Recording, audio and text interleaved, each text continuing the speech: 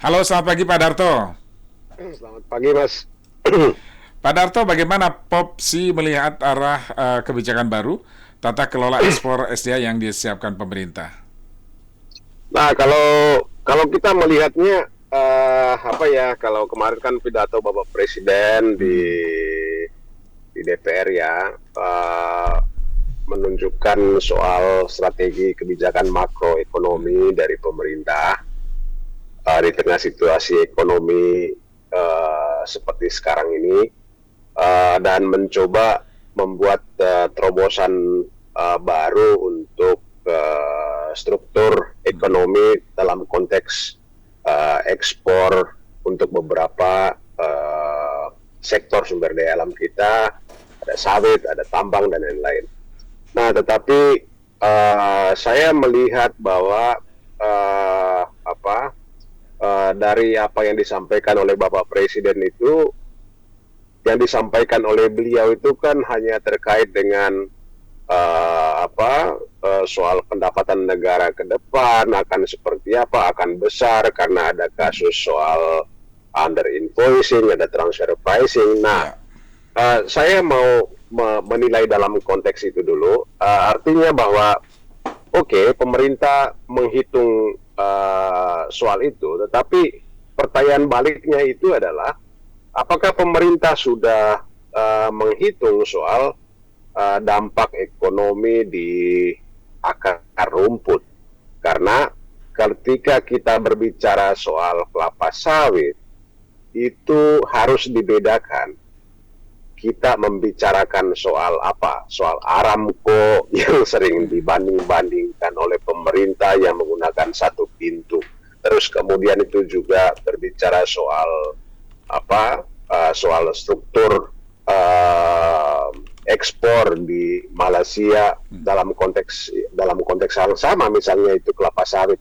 Tetapi beda komoditas, beda aktor, kompleksitasnya itu beda. Walaupun kita misalnya itu sawit, kita mengolah sawit, Malaysia itu juga mengolah sawit, tidak bisa disamakan dengan Malaysia karena mereka punya sistem politik yang berbeda, Hmm. mereka punya kompleksitas tidak seperti kompleks kita. Mereka sangat sangat sangat sedikit aktor Ya. yang bermain karena didominasi oleh BUMN. Di sana ada perusahaan Sime Darby yang mengolah sawit besar sekali, Hmm. dan swasta di Malaysia itu sangat sangat sedikit, Hmm. dan semuanya itu dikontrol oleh perusahaan negara Hmm. di Malaysia. Nah, tetapi di kita itu berbeda. Nah, kita di Indonesia itu ada sejak tahun 70-an, pemerintah itu kan sudah mengintegrasikan masyarakat itu di dalam ekonomi sawit. Jadi banyak masyarakat itu bertransmigrasi, berhijrah dari berbagai daerah untuk ke Kalimantan, ke Sumatera, ke Sulawesi dan lain-lain, itu untuk bisa terintegrasi di dalam industri kelapa sawit. Jadi ini sudah dalam bentuk ekosistem. Jadi kalau kita mau lihat soal ini melibatkan berapa orang, dampaknya itu akan kemana, itu kurang lebih ada 17 juta orang. Ada buruh sawit di sana. Buruh sawit dari berbagai daerah. Terus kemudian itu juga ada petani sawit plasma. Ada juga petani swadaya yang memang totalnya itu kurang lebih 17 juta orang. Uh, Menurut saya begini, ini kan membuat uncertainty, membuat ketidakpastian, terutama itu dalam konteks ekspor minyak sawit kita. Kita uh, ini, tapi sebelum ke sana, saya itu mau bilang begini. Hari ini, Mas, harga sawit itu di TBS, harga TBS ya, tandan buah segar sawit itu sudah turunnya itu sampai Rp200, ya, turun. Nah, kemarin juga harga CPO kita yang sebelumnya, sebelum Bapak Presiden mengumumkan soal strategi ekonomi makro dalam konteks ekspor minyak sawit ini, itu harga sebelumnya itu masih tinggi, itu kurang lebih 15.800 rupiah per kilo dan kemarin setelah Bapak Presiden itu mengumumkan ini langsung turun 800 rupiah per Apa kilo. penyebabnya, Pak? Sudah penyebabnya itu adalah ini kan karena ketidakpastian apa namanya ya. Ini kan menimbulkan apa ya? Gejolak apa? Sawit ini kan apa? Ini kita berbicara dalam konteks bisnis, man. Semuanya itu kan berspekulasi, ya. Jadi ini kan apa menganalisis sesuatu, berspekulasi. Ini ini gimana sih besok gitu. Ini jangan-jangan pemerintah nggak mau bayar. Oke, kita jual ke BUMN, nanti nggak dibayar bagaimana? Terus kemudian lagi apa? Apakah pabrik saya akan tutup? Jadi kan semuanya itu berhati-hati. Membuat hitungan harga itu juga serba hati-hati. Contohnya begini. Kenapa meresponnya seperti itu, Pak? Gimana Pak? Ya, kenapa kalangan pengusaha meresponnya seperti itu? Ini bukan respon dari pelaku usaha, tapi memang hukum ekonomi itu akan seperti itu gitu. Ketika misalnya contoh ginilah Mas, ada kebijakan di Amerika sana, kemudian itu ada gejolak ekonomi di kawasan Asia Pasifik, itu hal yang lumrah dalam sistem ekonomi global kan. Nah, ke dalam konteks ini juga kurang lebih sama. Pemerintah membuat kebijakan begitu ya, spekulasi di sektor bisnis juga kan pasti akan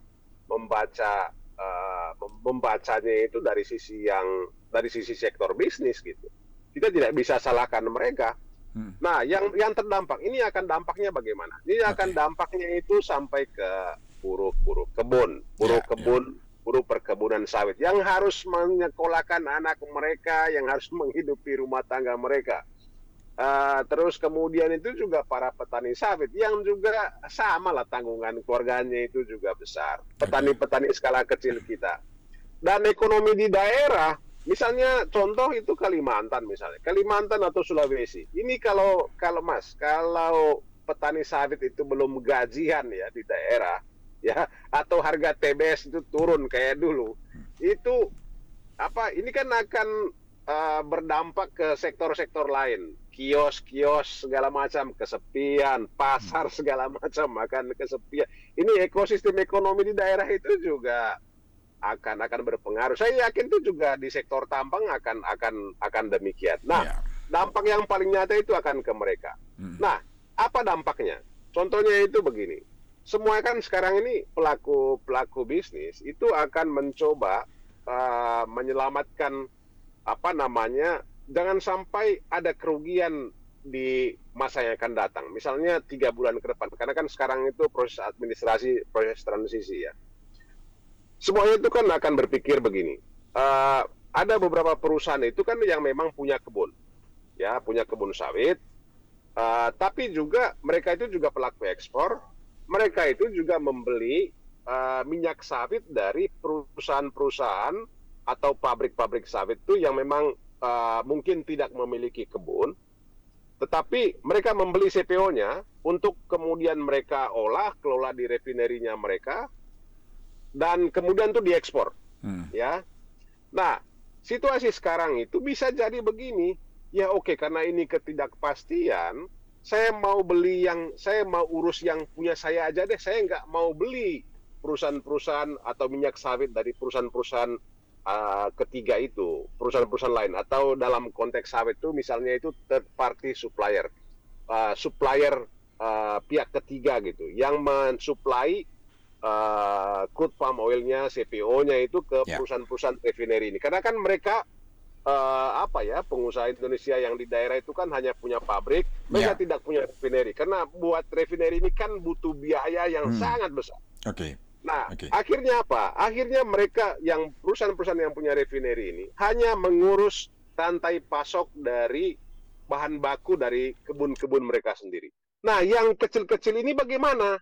Ini nanti nggak akan dibeli. Nah, masalahnya adalah banyak petani-petani mandiri kita itu dan juga buruh sawit itu bekerja di kebun-kebun petani yang bermitra dengan pabrik-pabrik skala kecil itu. Nah, serapan pasar untuk tadi ya CPO-nya itu nggak lagi dibeli oleh refinery yang tadi terintegrasi dengan apa namanya ekspor yang punya kebun juga. Ketika nggak dibeli, apa yang terjadi? Petani-petani itu tidak lagi bisa menjual TBS-nya itu ke pabrik tersebut. Karena apa? Karena tidak bisa dijual CPO-nya. Otomatis CPO-nya itu berhenti di kilang di pabrik mereka, dan juga pasti kalau tidak dibeli, tidak ada serapan pasar, maka tangkinya itu penuh. Kalau tangkinya penuh, ini mau mau olah lagi untuk jadi minyak, tampungnya itu di mana?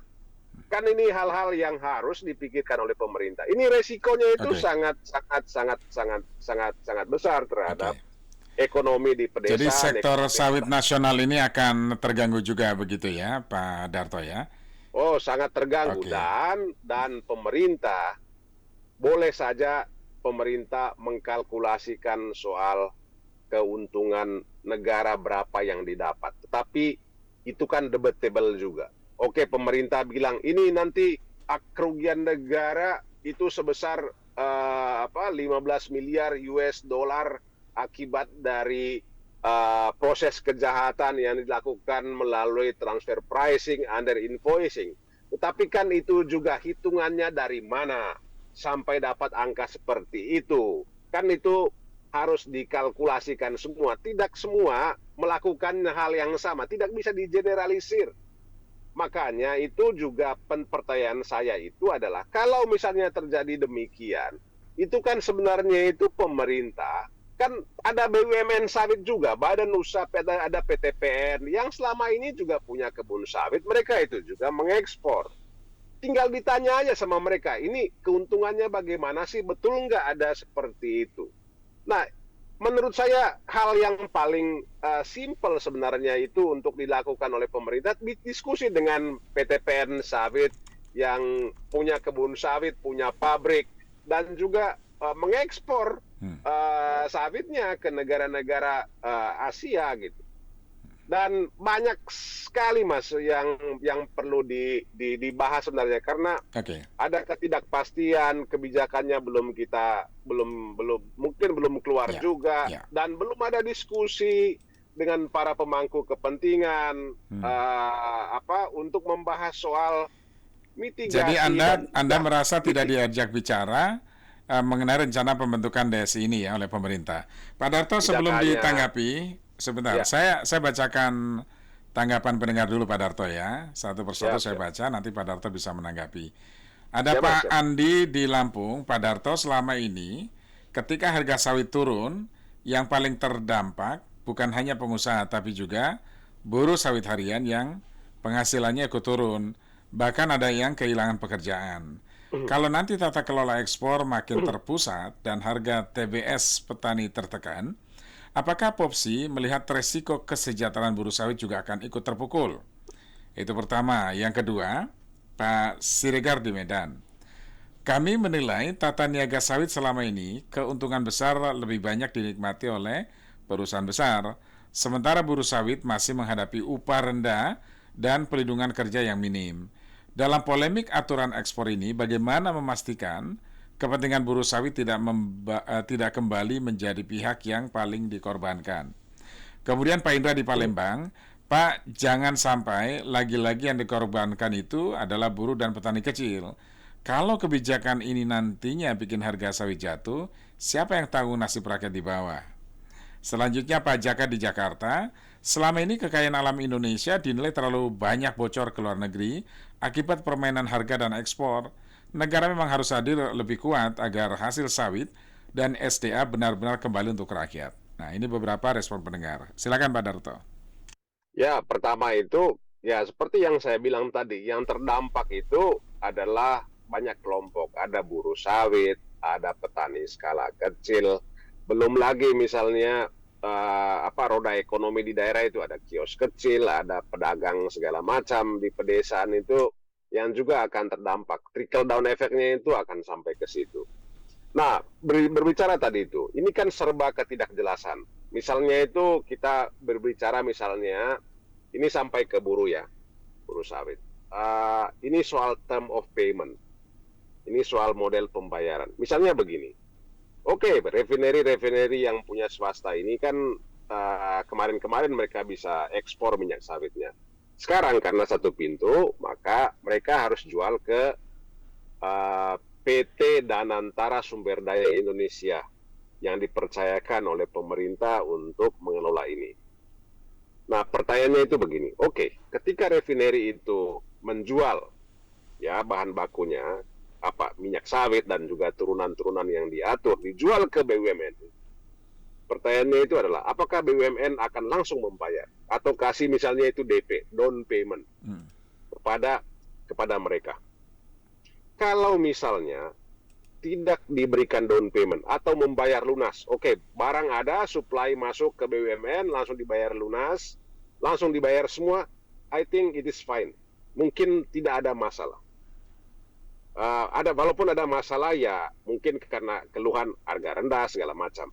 Tapi kalau misalnya dikasih DP misalnya 20% atau misalnya tunggu sudah ada transaksi internasional. Misalnya oke, BUMN mengumpulkan semua dijual ke Cina, Pakistan, Eropa, US segala macam, tunggu perusahaan-perusahaan di luar negeri itu membayar. Berarti ada jeda waktu menunggu.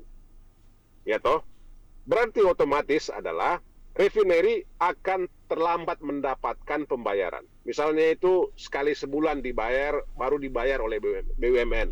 Hari ini diberikan ke BUMN ini, terus kemudian 1 bulan kemudian baru dibayar. Ini nanti akan rembet sampai ke buruh sawit. Akan rembet sampai ke buruh-buruh kebun yang bekerja di kebun, di perusahaan-perusahaan sawit. Dampaknya seperti apa? Bisa jadi oke, mungkin buruh-buruh sawit dapat gaji. Hari ini kerja, sore selesai bekerja langsung bayar. Hari ini bekerja pagi hari, malam dibayar. Tapi kalau misalnya term of payment-nya itu telat, atau bahasa apa namanya sekarang itu agak lelet pembayarannya, ini dampaknya itu juga sampai ke sana. Nah, pertanyaannya itu ke buruh itu, mau tidak bekerja hari ini 1 bulan kemudian baru dibayar? Kan tidak semua begitu. Mereka ada kebutuhan sehari-hari yang harus mereka beli. Jadi kerja hari ini selesai bekerjanya harus dibayar. Langsung tunai ya. Langsung tunai. Dan juga hal-hal yang lain tadi itu, tadi ada pertanyaan buruh. Saya kira jawabannya begitu. Soal kerugian negara. Ya, soal kerugian. Negara itu juga mengutip selama ini. Apa? Dalam hal apa? Pajak ekspor dan bea keluar. Ada PE, ada BK. Pak Darto, yang dikutip ya. Oke, nanti kita lanjut Pak Darto ya. Kita beri kesempatan pendengar yang ingin bertanya langsung. Ada Pak Iswanto di Bandung. Pak Iswanto, selamat pagi Pak Is. Ya, selamat pagi Bung Wiryo. Selamat pagi Pak Darto. Silakan Pak Is. Oke Mas, siap.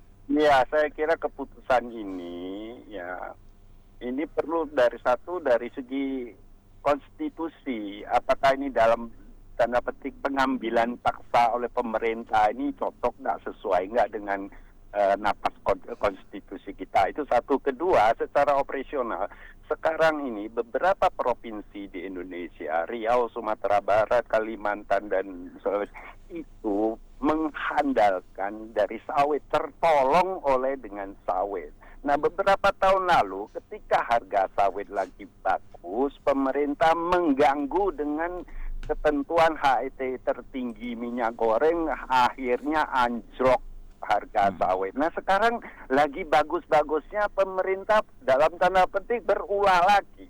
Ya, katakanlah itu bisa jalan, ya. Apakah BUMN ini tidak ambil untung? Kalau ambil 10% untung, nanti harga beli di tingkat petani di apa itu tentu akan turun.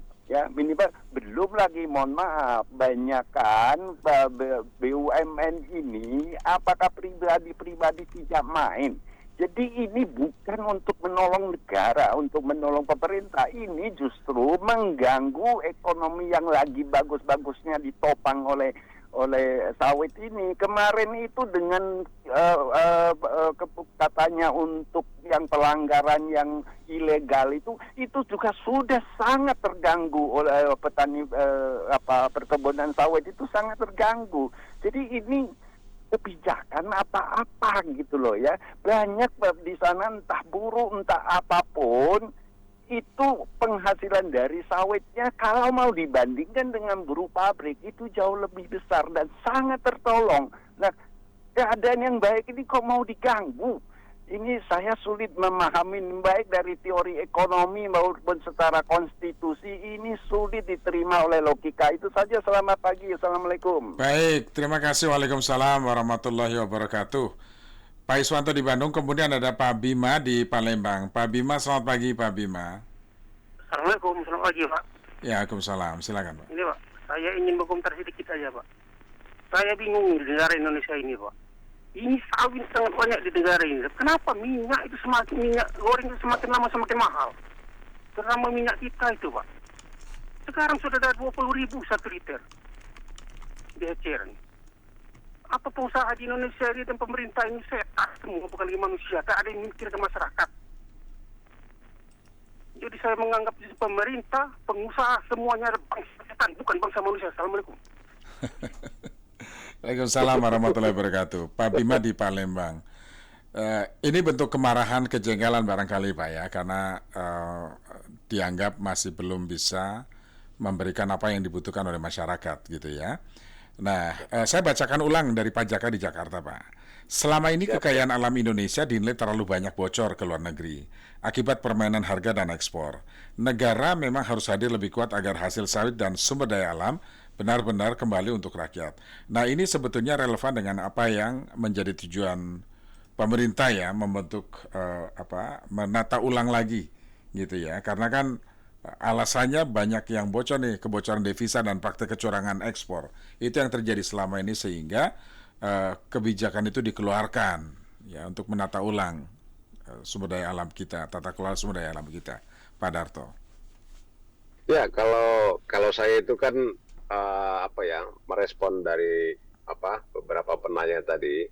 Ya, saya sepakat bahwa ini kan sawit itu komoditas strategis yang memang dikembangkan oleh kita sudah sejak lama, terus kemudian itu memberikan keuntungan buat masyarakat dan juga pembangunan di pedesaan, terutama itu akses infrastruktur dan segala macam. Ketika lagi berkembang, kemudian itu datang negara untuk mencaplok lah, kurang lebih bahasanya itu kurang lebih begitu. Tapi secara keseluruhan sebenarnya saya mau melihat bahwa kebijakan ini diambil. Ini justifikasinya apa sih gitu, sehingga kemudian kebijakan ini diambil. Apakah cukup dengan pidato, oh kita kehilangan pendapatan, uang kita lari, apakah cukup dengan itu? Nah, kalau yang saya pahami, kita ini semua orang sekolah lah ya. Mas orang sekolah, dan saya yakin semua penanya-penanya tadi itu semuanya itu sekolah. Kebijakan pemerintah itu kan tidak muncul begitu saja. Namanya juga membuat kebijakan ya. Ada pendekatan teknokratik di situ. Kan harus ada studi, harus ada riset. Terus kemudian itu juga harus ada draft akademik kebijakan ya. Ada studi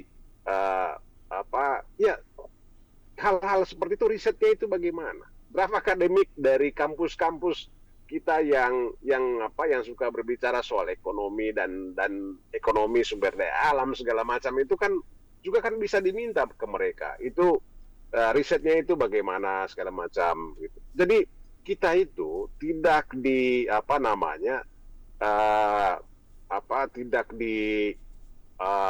terbuai dengan pidato, ini oligarki mengambil untung banyak segala macam, ekonomi kita lari, ini pendapatan kita seharusnya itu 15 miliar US dollar itu hilang semua, dan seharusnya kita ini sudah negara maju. Nah, kan tidak bisa diselesaikan dan dijawab dengan pidato seperti itu. Kan semuanya itu harus dijawab dengan pendekatan akademik, riset yang memadai, yang matang, sehingga kebijakan itu betul-betul keluar tanpa merugikan, tanpa tanpa merugikan banyak orang, uh, dan tidak ada resistensi segala macam. Kalau kita kalau kita seperti ini terus, ini kurang lebih kayak ini, mohon maaf, ini sama seperti kita termakan dengan propaganda kosong. Ya, ini kayak propaganda kosong tanpa ada studi tadi. Dan menurut saya ini, saya kira masyarakat semua sudah cerdas. Nah, kemudian ya yang kedua yang mau saya bilang itu poin-poin tadi ya, untuk soal tidak ada pendekatan teknokratik dalam proses pembuatan policy ini. Terus kemudian itu yang kedua, itu kita belajar juga lah dari beberapa proyek-proyek pemerintah yang ada. Yang saya takutkan begini, tuduhan pemerintah soal under invoicing, oke lah, itu benar. Jangan sampai, ya Mas ya, saya mau bilang gini, jangan sampai ada model under invoicing model baru, ada model transfer pricing model baru. Oke, kemarin ada model transfer pricing, ada under invoicing, ketika kemudian satu pintu ada lagi under invoicing, transfer pricing gaya baru. Oke. Baik. Nah, kan ini yang Kenapa? Karena tata kelolanya ini kan tidak dibentuk bagus, institusinya bagus. Tadi saya bilang, kompleksitas supply chain di sawit jangan disamakan dengan batu bara. Jadi memang infrastrukturnya ya Pak Darto. Ya, jadi betul, infrastrukturnya itu harus dibenahi terlebih dahulu sehingga kebijakan itu berjalan sebagaimana dengan tujuan awal ya. Tidak menyulitkan juga para petani. Bukan hanya infrastruktur, Mas. Bukan hanya infrastruktur, institusinya itu harus kuat. Kompleksitas supply chain di sawit itu harus dijawab dengan institusi yang kuat. Seperti apa institusi yang kuat itu? Harus ada transparansi, harus ada accountability, harus mau diaudit. Kalau ini tidak mau, ini kan sama seperti kalau nggak mau diaudit nanti repot ya Pak. Yang dirugikan para pengusaha ya. Justru akan banyak pemain baru. Mas, gini Mas, kita ada pelajaran masa lalu soal cengkeh. Ada dulu Badan Pengendalian BPPC ya, yang soal cengkeh. Dulu kan waktu rezim Orde Baru itu kurang lebih membuat hal yang sama gitu. Terus kemudian itu jadinya monopoli ya Pak. Terus kemudian tuh orang-orang yang berada di lingkar kekuasaan itu memainkan, akhirnya cengkeh tidak bisa dijual, petani tidak punya akses segala macam. Yang bermain di situ adalah orang-orang yang dekat kekuasaan. Ujung-ujungnya apa? Coba saya tanya Mas, cengkeh sekarang itu gimana nasibnya? Kan mati. Iya. Jangan sampai terulang ya. Oke, Pak Darto terakhir nih Pak Darto. Ya, silakan. Oke, baik, terakhir. Apa sisi positif dari kebijakan ini? Kan kita mesti fair juga. Kalau memang masih ada yang kurang, kita beri masukan ke pemerintah sehingga tujuannya betul-betul bisa mensejahterakan semuanya. Sisi positifnya itu ada inisiatif pemerintah itu turun tangan. Tetapi turun tangannya ini terlalu brutal. Ini kan juga penting, misalnya kalau misalnya mau memanfaatkan soal pendapatan negara dari ekspor minyak sawit, itu kan banyak hal ya yang perlu dilakukan. Banyak cara lah sebelum arah ke sana, tidak langsung blus gitu kebijakan ya. Nah, ada beberapa cara, yaitu misalnya itu teknologi tracking gitu. Ini kan di kapal itu kan bisa ditaruh chip itu, kayak teknologi. Dia ini akan berhenti di Singapura nggak sih kalau misalnya kita tuduh Singapura itu ngambil cuan juga dari ekspor minyak sawit? Itu kan bisa. Baik. Dan digitalisasi data segala macam itu harus ada gitu. Sehingga negara itu sehingga dalam hal ini Mas. Sehingga negara bukan dia yang mengatur membuat kebijakan, bukan dia yang melakukan, bukan dia yang mengawasi, tetapi dia itu cukup sebagai ruler aja, sebagai pengatur aja, pengatur tata kelola yang sehat, sehingga hidup ekonomi sawit itu bisa tetap jalan. Itu Baik, sih, baik, Mas, baik. dari saya. Pak Darto, terima kasih sudah bersama kami, Pak. Sehat selalu, Pak Darto. Ya, Sukses. siap, Selamat Mas. pagi, Pak Terima Darto. kasih. Baik. Selamat pagi.